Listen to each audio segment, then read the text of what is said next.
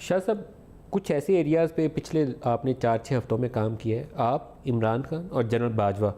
میں چاہوں گا کہ آج جس پروگرام کی ہمیں موقع ملا ہے تو آپ سے کچھ جاننے، لوگوں کو بھی سمجھنے کا موقع ملے کہ آپ نے اس 4-6 ہفتے میں کام کیا ہے. ایک تو ابھی آپ نے امریکہ کا اور طالبان والی ٹاکس کا ذکر کیا. قطر کے اندر 17 سال کی جنگ لڑنے کے بعد اب وہ طالبان سے مذاکرات کر رہے ہیں. سعودی عرب آپ نے 2 وزٹ کیا، اور ایک وزٹ ایسا تھا کہ آپ سعودی عرب جدہ بیٹھے ہوئے تھے تو آپ کے آرمی چیف بیجنگ میں بیٹھے چینی قیادت کے ساتھ بیٹھے ہوئے تھے. یوں ہی آپ 2 دفعہ ہو کر رہے ہیں. قطر کے ڈیلیگیشن چینج ہو رہے ہیں، ایران کی ٹیمیں آ جا رہی ہیں، آپ کا ملیشیا کا وزٹ ہوا ہے. تو 1 بائی 1 اس سے سٹارٹ کرتے ہیں کہ کیا گیم پلان آپ کے ذہن میں کیا ہے اس خطے کی صورتحال، پاکستان کی صورتحال بدلنے کے لیے؟ ملک صاحب، ہماری پہلی ترجیح اس حکومت کی اور میری پہلی ترجیح یہ ہے کہ ہمارا جو نیبرہڈ ہے اس کے ساتھ ہمارے تعلقات اچھے ہوں. آپ کو یاد ہوگا کہ 26 جولائی کو عمران خان صاحب، ابھی یہ حلف انہوں نے نہیں لیا تھا، پہلی تقریر میں انہوں نے ہندوستان کو ایک پیغام دیا کہ امن کی طرف آپ 1 قدم اٹھائیں تو ہم 2 اٹھائیں گے. پھر میرا پہلا پریسر آپ دیکھیے، میں نے کہا کہ ہمارے آؤٹ اسٹینڈنگ ایشوز ہیں، میں جانتا ہوں پیچیدہ ہیں، ان کا کوئی آسان حل بھی دکھائی نہیں دیتا، لیکن سوائے گفت و شنید کے، مذاکرات کے اور کوئی راستہ نہیں ہے. تو آئیے بیٹھ کے بات کریں.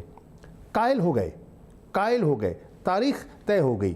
نیو یارک میں طے ہو گیا کہ ہم on the side lines of UNGA ملاقات کریں گے، لیکن ڈومیسٹک پریشر اور سیاست آڑے آ گئی اور انہوں نے وہاں سے راہ فرار اختیار کی. انڈیا نے راہ فرار اختیار کی، کمٹ کرنے کے بعد، طے کرنے کے بعد. بالکل، انڈیا نے راہ فرار اختیار کی، لیکن اس کے باوجود ہم نے کہا کوئی بات نہیں، آپ جب بھی تیار ہوں گے ہم تیار ہیں.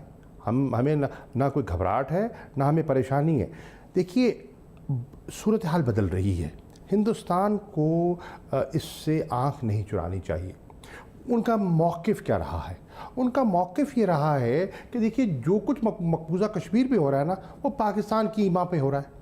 لیکن اب جو اقوام متحدہ کی جو ہیومن رائٹس کی جو رپورٹ آئی ہے وائلیشنز کی، وہ اس کی نفی کر رہی ہے.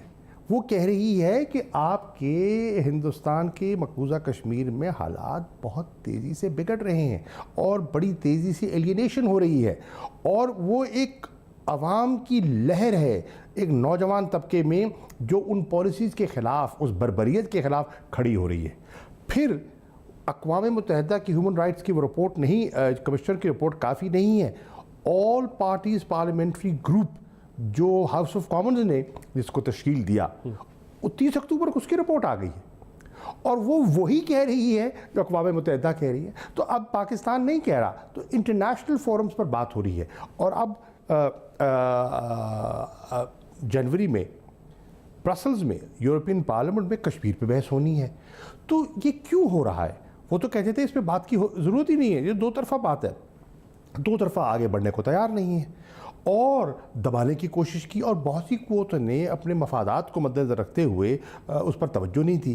لیکن حالات اتنی تیزی سے بگڑ رہے ہیں. آج آپ کو دیکھا کہ کشمیر کی اسمبلی کو تحلیل کرنا پڑا نا. کیوں کرنا پڑا؟ بالکل جسے کہتے ہیں نا، لاجواب بھی ہو گئے اور بے بسی کا عالم ہے. بے بسی کا عالم ہے، بے بسی کا عالم. لیکن ان کے پاس حل کوئی نہیں ہے.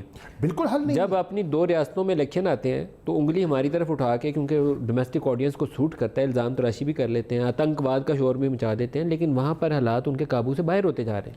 مولوی صاحب، انگلی اٹھانے سے مسئلہ تو حل نہیں ہوگا نا. پروپیگنڈا آپ کر سکتے ہیں، اور بہت سی حکومتیں اپنے مفادات کو سامنے رکھتے ہوئے وہ صرف نظر بھی کر سکتے ہیں، لیکن لک دی ادر وے. لیکن آپ سوچتے ہیں اس سے مسئلہ ختم تو نہیں ہوتا نا.